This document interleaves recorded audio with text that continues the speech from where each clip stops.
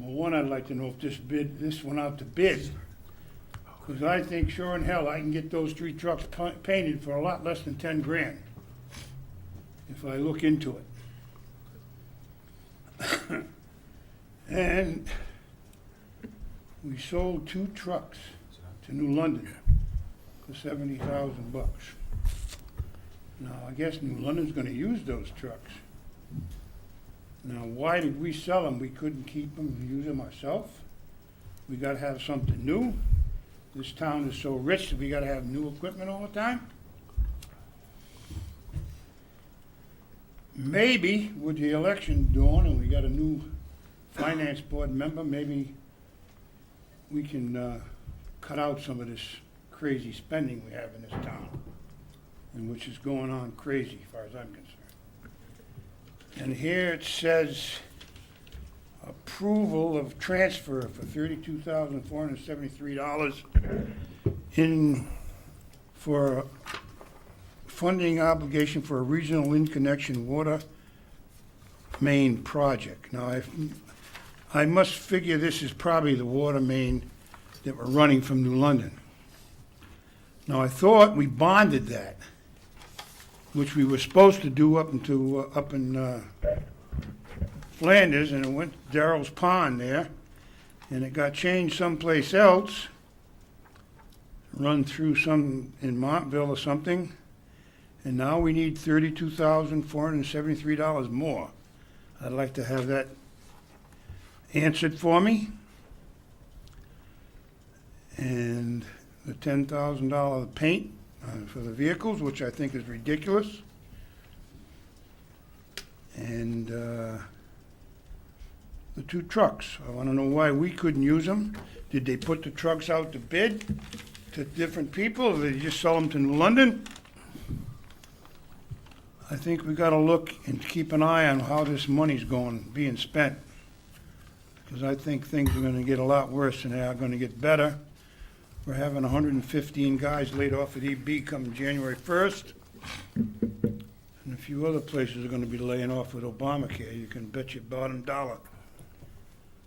So maybe with our new finance board, we can save some money. But I'd like the answers on those 3 items. Thank you. Thank you. Mr. Schultz.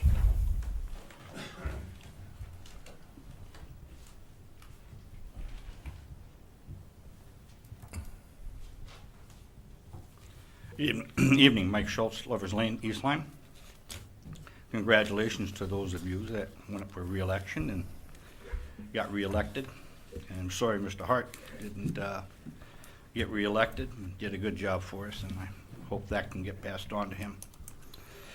I came this evening for the sole purpose of objecting to the expenditure of $10,000 for the repainting of these vehicles, simply to bring them, as they said, easier departmental changes, as it says in the paperwork here, to make them white, consistent with other town vehicles. I think that when it comes to replacements, you buy new vehicles, they can be white, and that's just fine. But I don't believe these vehicles, for what I've seen of them, in any event, I haven't seen them all, they don't need repainting.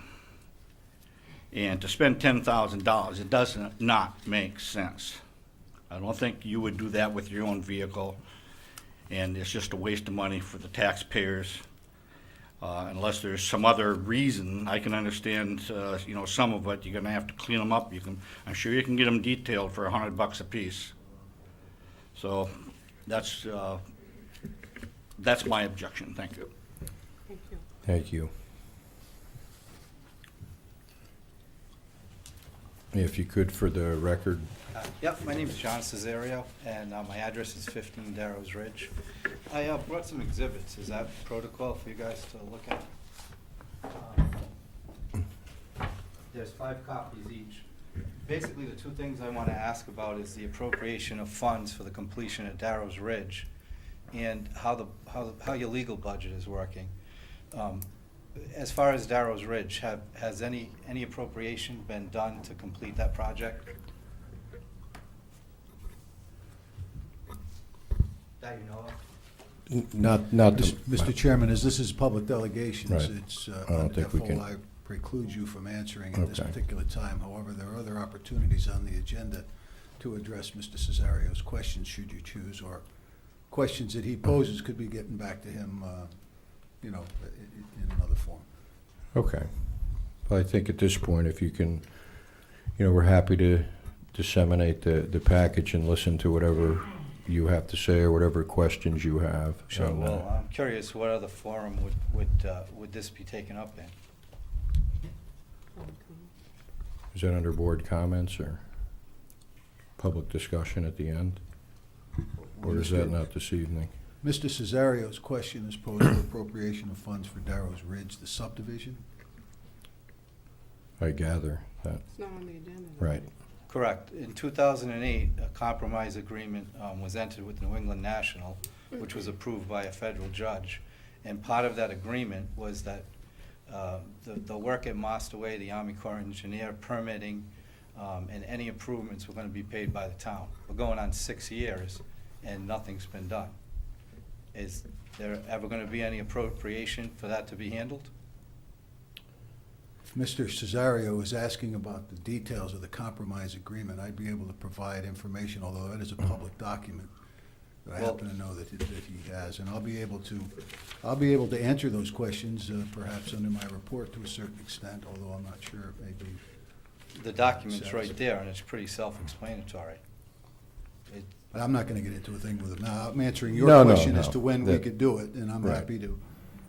Well, as I said, I think if you're certainly in public delegations entitled to question us and bring up, at this point, I'd be a little leery because part of it, or potentially most of it, has not been brought in front of our board, but, Well, happy to let you coincidentally continue enough, on. Camille Alberti is on the Darrow's Ridge Homeowners Association, and that association sent out a letter, an email to all the residents in August after meeting with Mr. Formica, in which the email purports that Mr. Formica told them that he was pulling the bond and the work would be done by the end of the year. Were you in that meeting, Camille? I don't believe that, Yeah, at this public point, delegation. yeah. I don't believe that we can answer any of your questions at this time, but if you could, for the record, state your specific question, we might be able to address that at the appropriate time. Okay, well, Mr. Formica met with the Darrow's Ridge Board Homeowners Association, and they sent out an email saying that he was gonna pull the bond and they were gonna complete the work that's 5 years overdue on Darrow's Ridge by the end of this year. So, since that issue is not gonna be addressed, I'd like to ask what the budget is for the legal fees for the year?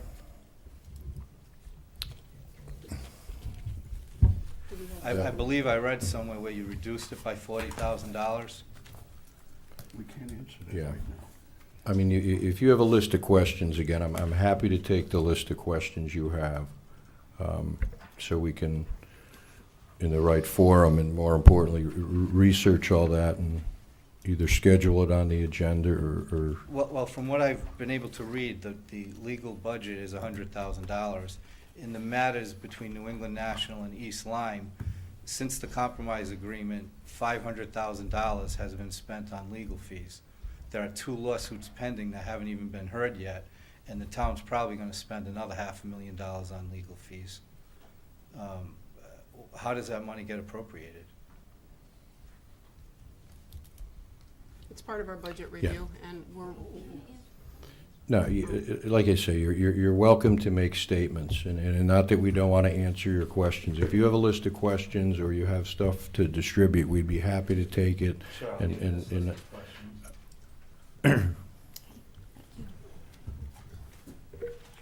So you don't actually answer any questions? Well, in public delegations, you're allowed to stand up and make a presentation or ask us questions, and we will take that under advisement to do the necessary research and The reason that those rules exist, Mr. Chairman, is that a freedom of information provides that other citizens or residents or people may be interested in the subjects brought up at delegation, and they were not advertised on the agenda, so therefore not given the proper time to get here and perhaps share in that discussion. But certainly doesn't preclude Mr. Cesario from providing any input presenting his opinion or asking any questions or providing any documents for which he may want further questions answered. Certainly, my office would be happy to work with the board to provide answers that he provides, that he asks, or perhaps during certain portions of the, Well, for the record, the Board of Selectmen sent me a letter, and it was full of inaccuracies. In June of 2011, the Board of Selectmen indemnified the town's liability carrier. Basically, what indemnifying an insurance company means is that you've now become the insurance company. The town did that despite knowing that there was at least $2 million in claims. Now there is another lawsuit filed charging criminal behavior by the Board of Selectmen, criminal behavior by Mr. Formica, most probably criminal behavior by Attorney Block, and that suit, actually, I think Attorney Block tried to have that removed from federal court and was denied just last week. So the town is basically on the hook for maybe $2 to $15 million, depending on bad faith. How would you appropriate for that? That's almost the entire administrative budget for a year, if you lose the lawsuit. You have no insurance. The people of East Lyme have no insurance because Mr. Formica indemnified AIG, which is probably illegal. The minutes of the record are in there. The purpose of the compromise agreement was if the suit with New England National was denied, they would have filed a complaint against AIG. Instead, they settled the suit for $175,000. Mr. Nickerson actually forwarded the motion. In depositions, both Mr. Formica and Mr. Nickerson said under oath that they don't even know what the word indemnify meant. So they indemnified the town of East Lyme for millions of dollars of damages and hundreds of thousands of dollars of legal fees, and they testified under oath that they did not even know what the word indemnify meant. So whenever you would like to make some time, Mr. Formica, I've expressed an intense desire to meet with you, and you've denied it. So if there's a public forum that we can have a discussion about this, I would love to have it. Just let me know when. Right now, you should be removed from every decision regarding this because you are named as a defendant and as committing unlawful acts. So whenever you want to meet, I'm more than happy. Just state the time, I'll be there. All right, what's next on the agenda? Okay, well, thank you, and I have your list of questions here along with the other material, and we will disseminate it to the appropriate people. Is there anyone else in the public that would like to speak at delegations? Oh, God. Second time. Anyone from the public? Third time. Okay, we'll close delegations and move on to the approval of minutes. Mr. Chairman, Yes. I move to approve the minutes of the regular meeting held 9 October 2013. Second. I believe, Yeah, it's this, oh, here we go. It is now. There we go. Nope, it's all set. It's back on. Thank you. no. I'm not really sure of Okay, the. we have a second. Any discussions on the minutes? Yes, I question on page 2 if there isn't a small typo. Under new business budget transfers, $133,435.80. Okay. The motion was to transfer in the amount of $144,435. So on page 2. Is it 131st? Okay. Okay, we'll fix that. Thank you. Okay. Anyone else? Anything else, Camille? No, that's it. Any other comments? Okay, seeing none, I put the vote to accept the meetings of Wednesday, October 9th. All those in favor? Aye. Aye. Opposed? Abstentions?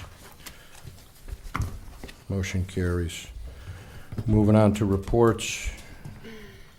First Selectman, Mr. Formica.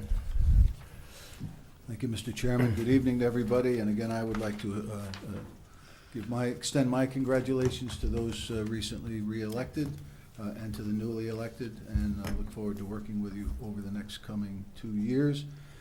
The swearing-in ceremony will be December 2nd, I believe. That's a Monday in the afternoon at 3 o'clock for those interested. That information will be going out, but I thought I'd give you a heads up. That will be at the East Lyme High School Commons. There is a flyer here, which is to all newly elected or just re-elected board and commission members regarding a Freedom of Information Act a seminar that will be given by Mr. Thomas Hennick, who's the Public Information Officer for the Freedom of Information Commission. I urge all of you to come. It's 7 o'clock on November 14th. This is an open invitation to all commission, committee appointed, and members of the public who may be in need of education with regard to that item. The Capital Committee has been meeting and putting together options for the coming year, looking at the projects that have been completed, and Anna and I are working with our investment advisor to kind of put together a bond estimation based on the impact of that. We're also going to have a second bond graph or a chart to look at the implication of the potential school buildings that may come down the road, just in the event that information should be out there early on as part of the discussion. So we'll be talking about that. I did attend a meeting with the Assistant Comptroller yesterday regarding the resident trooper fringe benefits. As you know, this has been a subject of discussion for many years. The fringe benefit on the first regular pay is 55%, and the fringe benefit percentage just on overtime this year is about 83% that we're paying. We went up and were curious about why the discrepancy and why so much, and we found that next year it's anticipated the fringe on overtime to be 92%. So pretty soon we're going to be paying dollar for dollar fringe for payroll. I found that the reason that that is the case is that in that deal that they determined what the fringe is, the powers to be in the state rolled in repayments of unfunded pension liabilities that were due the unions that were operating there. So a portion of that 92% goes to debt service. And we asked the Assistant Comptroller, after getting that information, to see if she would be able to provide us with that percentage breakdown as to what that is, so we understand what's going on, because in our view, it's a disproportionate amount of money that towns that have the resident trooper program have to pay, because there are only 57 communities that have the resident trooper program. If you don't employ state employees or pay a percentage of it, you wouldn't have the opportunity to help repay that pension debt. So that is the reason. It looks like it may be here to stay, but we are working on that and hope to have some answers as we move forward. The dispatch regional discussion is ongoing, and there will be reports out this year as the subcommittee for New London and Waterford will report to the Board of Selectmen at one of the December meetings on the implementation plan and the project to date. So we'll keep you up on that. I'm going to attend a Moore Commission committee next week, as I've been assigned to the subcommittee on education. I'm working with Dr. Lombardo to try to bring his initiatives forward so that we can try to affect some cost savings with regard to education spending and reimbursement. There will be a meeting next week with the unions to discuss the ongoing health insurance implementation, whether we're going to Aetna or Anthem, or staying with Anthem with regard to the union discussions on that. That's sometime next week. And I also would like to thank Mr. Hart for his years of service on this board. He was a wonderful member and a good chairman. He also served as a member of the pension committee that we put together. He's been an invaluable member on that. I did speak with him a week or so ago, and he indicated that he'd be interested in continuing that service, but typically he was there as a representative of the Board of Finance. I appointed Ms. Hogan to that pension committee about 6 months ago, so she is on the committee, so there may be a discussion you may want to have. Certainly having both Ray and Beth there have been a benefit to the committee. So That will be ultimately this board's decision as to who the representative will be, but if Ray is interested in continuing, I would have him beyond that. With regard to the bonded water project, the item that we're going to be discussing this evening is an interim payment for debt service that is paid during the year that was not funded in this budget. The rest of the item is in fact bonded. We will be talking about the paint fund, which is a fund for painting vehicles. It is not painting just the 3 vehicles. We're sure we can get more vehicles out of that, but again, we'll be talking about that as the time we get there. Let's see. With regard to the extensive accusations by the speaker at delegations, Mr. Cesario, the compromise agreement is currently under litigation. It is one of the 2 outstanding court cases that we have with regard to that. So I can only not comment on that particular thing until the court case is settled. That is under pending litigation. But the compromise agreement is out there. It is a public document. He indicated he made that part of the presentation he gave to you. And it is the town's contention that we have complied with that compromise agreement. So we will be taking that to court. I don't know off the top of my head what the legal fee budget is, but it's in my office, and we can send that out to him. And then the Darrows Ridge, with regard to that, that is a planning issue, a subdivision planning issue for the phase 1, 2, and 3 up on Darrows Ridge.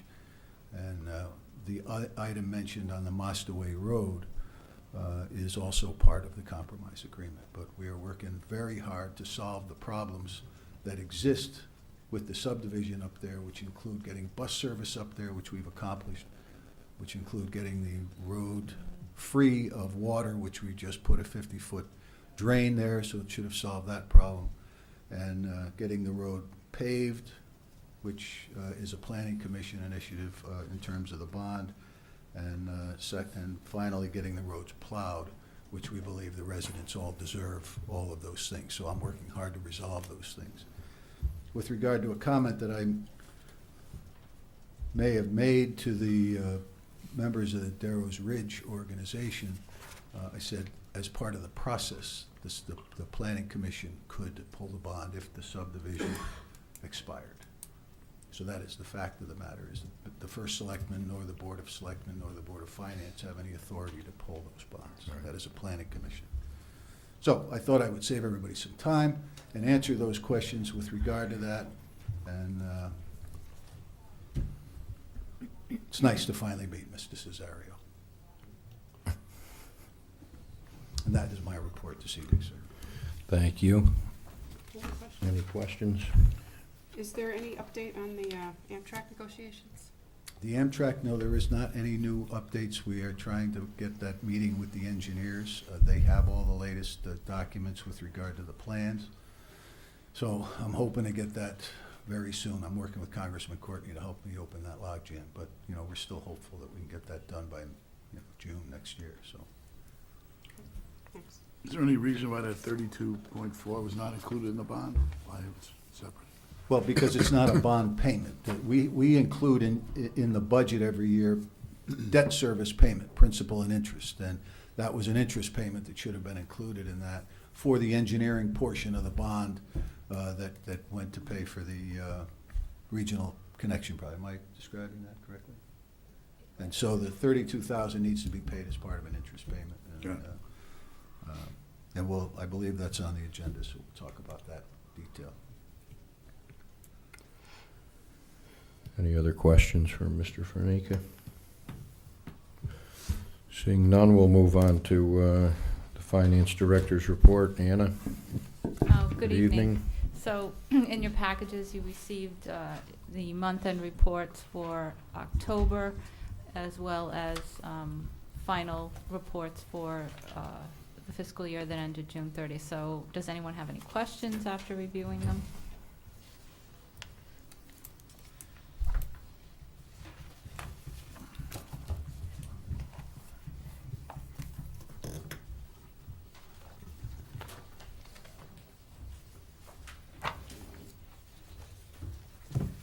And I have a Any- question unrelated to these, but Good, Lisa. when we get our Sure. budget packets for the year, is it possible, I think I've asked you this before, but I can't remember if I thought about it or I actually asked you.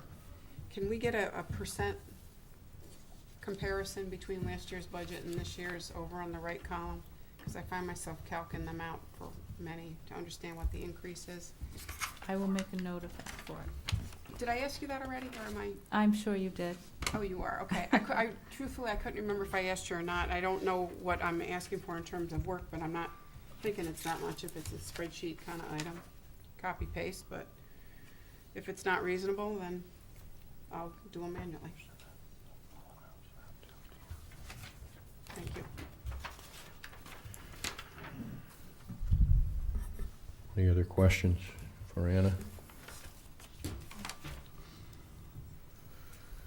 Okay. Moving along, we'll go down to new business. The first item is the special appropriation of $8,400 for the Niantic Fire Department fire hose. Mr. Formica, is that you or some of the guys I see dressed up in the back there with fireman outfits on? I can get you started, Mr. Chairman, and if you have any questions regarding the specifics of this requested appropriation, Chief McDonald is back there with his team that we could provide that. But simply put, we are in need of replacement for this hose, and it was taken out of the budget process, and it's been deemed that it's important to replace these lengths of hose. The color-coded allows the opportunity for the people on the site of a fire, the firemen on site of a fire, to be able to pick up the right size hose without incident by just looking at the color. So most of these items occur in the middle of the night, so it helps them work more efficiently, and this requested fund will allow the department to finish converting all the apparatus to color-coded hoses, as it says in this memo, while replacing the older hose. So this money will come out of the contingency, and we have the money in there. Was this the item that we had last year on there and then had come out at one point? Was I that- believe there was an item for hose that got Okay. cut. I'm Okay. pretty certain It was the under same one. capital and not under the Niantic Fire Department. Yeah, Okay, so. all right. Do I have someone that would like to make a motion on this? I'll move to approve the use of $8,400 from account 4-01-01. Well, no, we just need to make a motion and then, right? Yeah, For he's this- making the making motion. the motion. Go ahead. I'm sorry, Yeah, Steve. yeah. Go ahead. I'll try once again. He's I'll new to move to this. Be approve. Right. patient. Stage fright, I'm sorry. $8,400 from account 4-01-01-120-200-500 contingency for the Niantic Fire Department to purchase 1,600 feet of 1 3/4 inch and 600 feet of 3-inch hose to meet National Fire Protection Association standards, being in the best interest of the town of East Lyme. Second. Any discussion?